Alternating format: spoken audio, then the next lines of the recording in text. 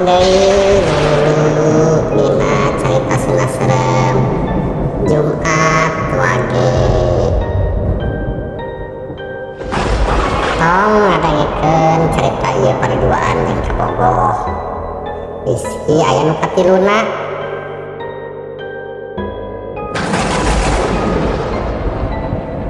Hahade tong poho like jeung subscribe-na. Ameh maraneh kenyaho gimana aya cerita-cerita anu alanyar dina carita Sunda Serem Jumat Wage. Carita ieu di halaman Pincunini anu namina Aan. Manehanana cenah mah diteror ku jurig pocong. Sok diradengekeun caritana nya.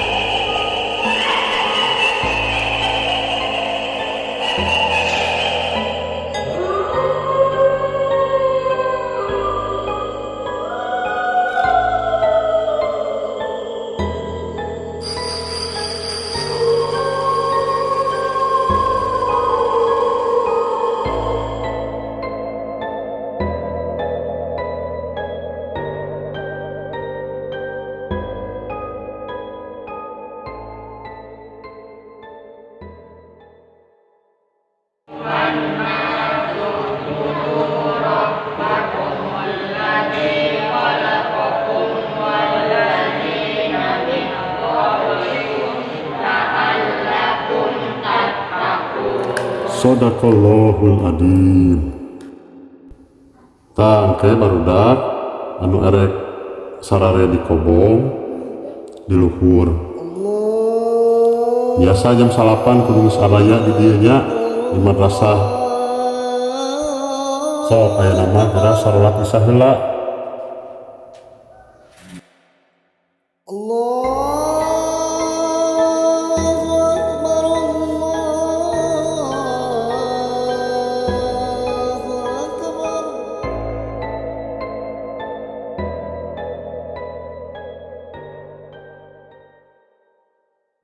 Ngaran kuring Aan.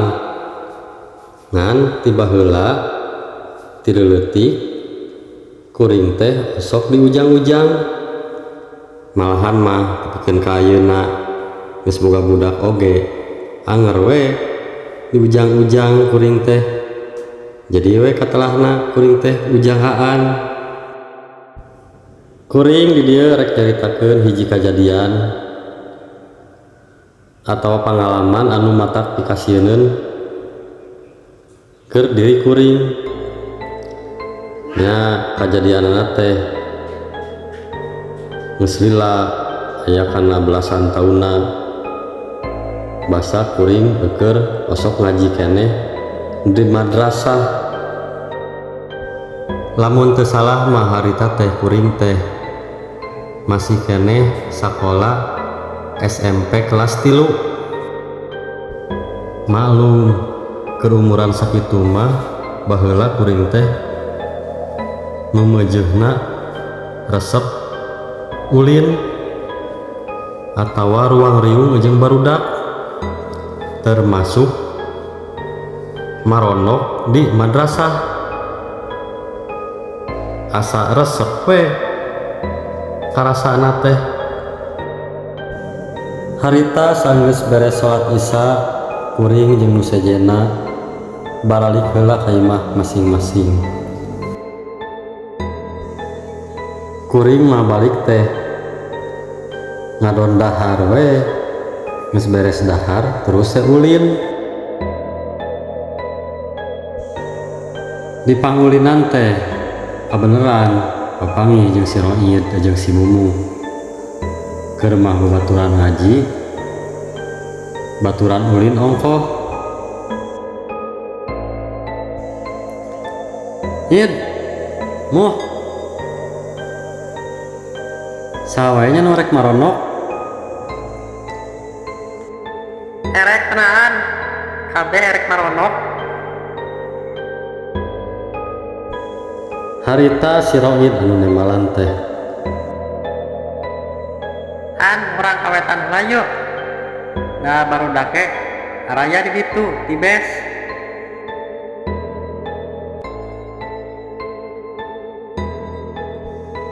Terus kuring tak rindit kawetan. Bener we. Geus nyampak araya barudak teh keur narongkrong di bes. Ti kajauhan ge geus kaciri. Aya si Agis, aya si Roni, aya si Ajang, aya si Cukil, aya si Ambu, aya nya kabeh we nu sok narongkrong di bes araraya harita teh. Nya kuring ge ngarasa resep we aring araya barudak mah. Anu saterusna kuring oge milu nongkrong di bes hareureuy biasa arocon ngobrol haritu ka dieu ngaler ngidul. Tah sabot kitu teh teu karasa waktu teh nyerelek geus tereh jam 8 deui. Duh, geus tere jam 8 euy. Ayo tuh orang kamar madrasah. Barang kabeh rek sarare ditulin. Harita si Rohid teh ngingetan waktu teh geus arek jam 8. Nya kuring ge harita ngarajak ka barudak. Yes, mu Jang, ayo urang ka madrasah geus jam 8 ye. Anu saterusna kuring kabeh ngarabring harinit ka madrasah. Da geus teu kudu bebe jadi kanu jadi kolot.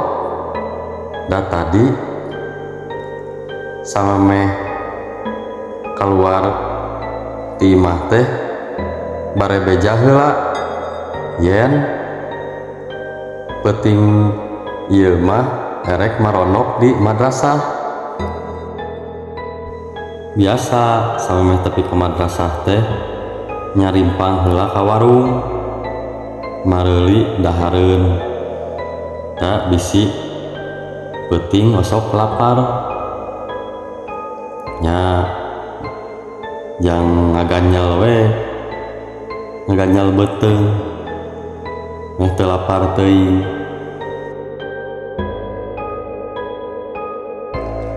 Barang tepi ka madrasah teh geus nyampak guru kuring jeung barudak nu sajena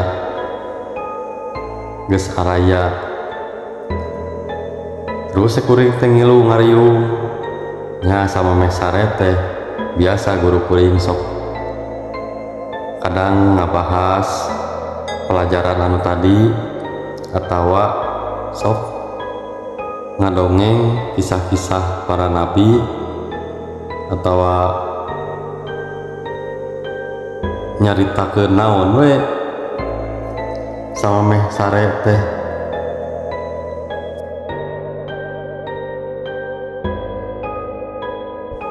Ditingali jam teh geus nyerelek geus erek jam 9:30 peuting deui.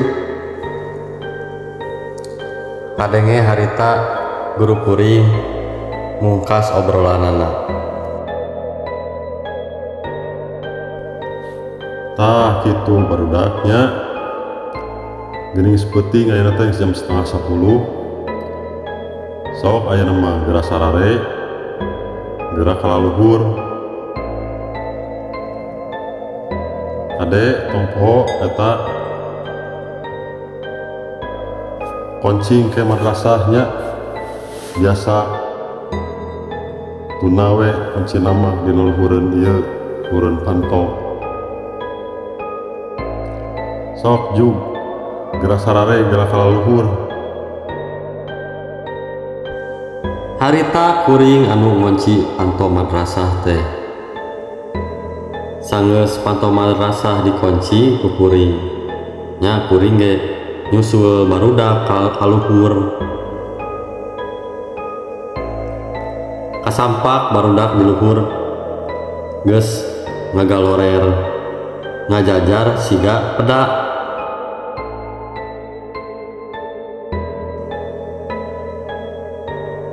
Aduh, kuring di mana mung di sisi belah dia mah. Harita teh masih keneh paributan. Pa ieu tempat hayang padeukeut-deukeut jeung tembok. Mung pasti sisi-sisi belah dia. Harita kuring teh nyedak we di tengah-tengah. Ari manehan kalau nyeledak ka deket uing nges anu pangpanerina berarti di sisi bah ditu nyaho arerin terus manehan di sisi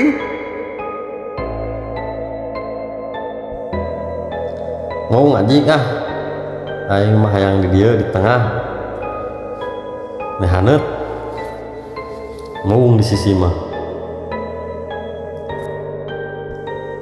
biasa sama mesare teh aruplek heula ngarobrol jeung hareureuy jeung barudak teh. Tapi penting harita mah kituna teh henteu lila. Nah, barudak teh geus sarare deui. It. Oh. Yes, juk, Nah, sarare deui wayah kieu tuh. Asa tarareun.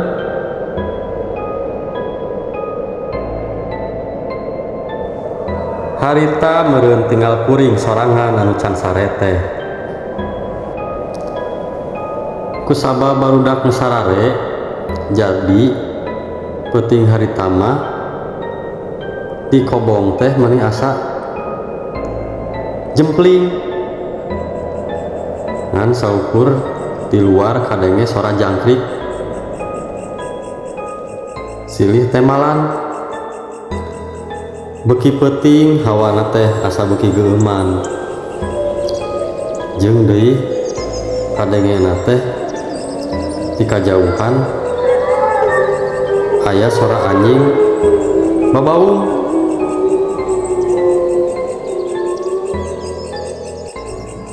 Aduh, nah ya teh beki peuting teh asa beki keung ya teh rasaan teh jeung deui di luar sora angin kadengena teh mani asa ngagelebuk.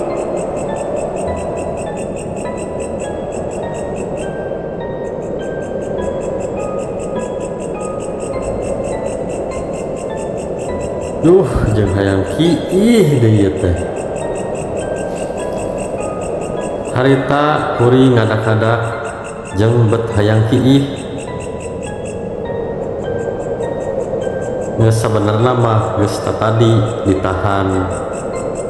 Ngan kusabab teu kuat, jadi kuring teh daek teu daek kudu maksakeun ka handap ka WC.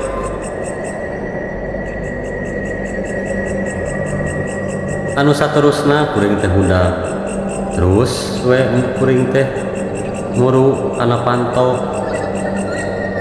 Pas muka panto seap teh sora angin mani tarik kadengena teh jeung deui tetakaan ge arenag katebak ku angin katambah hawana teh mani asa karasana teh tiis nyelecep nepi kana tulang Hanya sakit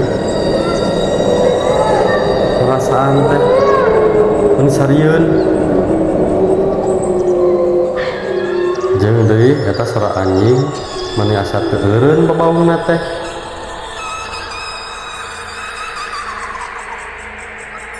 Kusabab kuring geus teu kuat hayang sawer-wereun kieu nya kuring ge jog we turun ka handap. Tapi harita basa kuring karek tepi kaparagi tempat wudu kuring ngarandeg heula da soalna pas nempo kapal bah WC teh kuring rada muringkak bulu-buluk teh. Nu saterusna harita kuring kieu we di dinya dina paragi tempat wudu. Nu sok padahal teu meunang lamun kieu di dinya teh. Jaba ditulisan teu meunang kariih di dieu.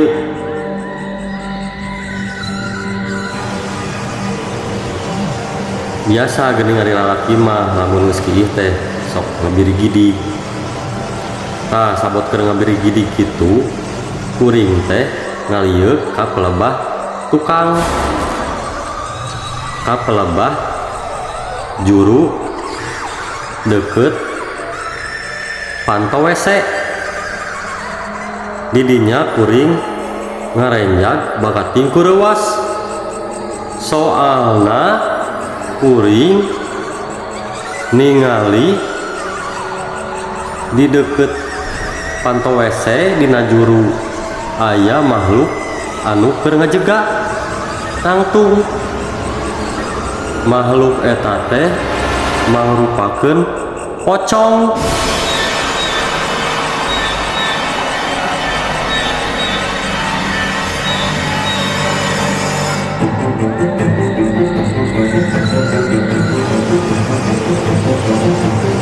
Kusabab deket jeung kuring jelas pisan katinggalina teh beungeutna teh mani hideung lestreng, kulitna siga dahan kai anu geus marek blek,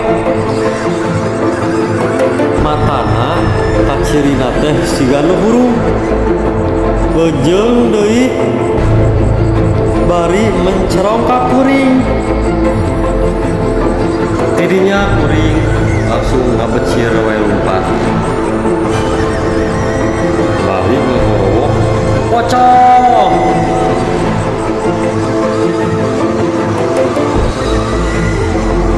Harita kuring lumpat teh maning ti pararetor. Malahan mah pas erek muka pantoge satengah ditubruk ku kuring teh. Nepikeun ka si pantoge ngajeblak diadu jeung temok. Kusabab dijeblakkeun harita teh jadi si panto teh nutup sorangan. Harita kuring langsung lumpat muru ka tempat sare kuring. Nu satulusna kuring diharudung ku sarung.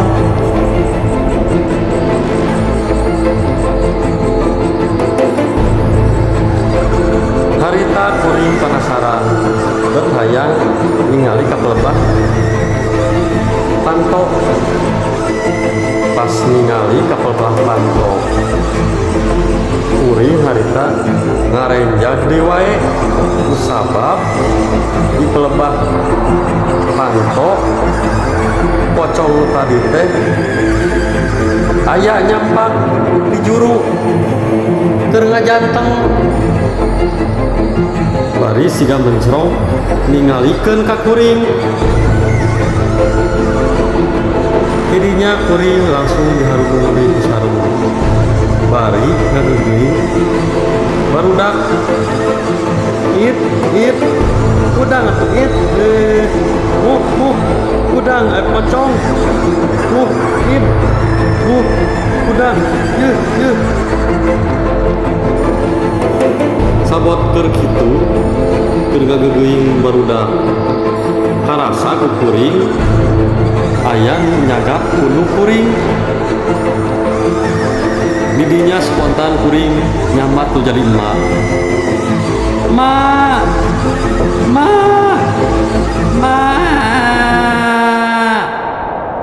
Udang an, udang kunaon mah teh? Istighfar anggur mah. Udang sok udang. Geuning guru kuring harita teh nu ngagudangkeun teh. Sabab cenah ngadenge sora pantong ngajeblag jeung kuring ngagorowok. Tidinya kuring ngarasa mani ngemplong hate teh. Jeung dedengean mangrupakeun dedengean anu teu pararuguh teh ngadak-ngadak jadi eueuh. Jadi jempling deui harita teh. Nya kuring ge ngulisi kudang diuk. Bet we ku kuring teh dicaritakeun kajadian anu tadi teh. Tah cekuru kuring mah eta teh salah sahiji dedemit anu nyicingan bangunan kosong urut pabrik nu aya di gigireun madrasah nu ngadon ulin kukulang perengan ka dieu. Nya harita oge ku guru kuring teh diparancahan sangkan si pocong eta teh ulah ngelampreng deui ka dieu. Tapi sok sanajan kuring pernah ngalaman kejadian samodel kitu, kuring teu ngarasa kapok. Salila kuring ngosok ngaji keneh di madrasah, lamun aya acara maronok nya kuring ge masih keneh ngosok milu mondok. Da ku resep mah eleh.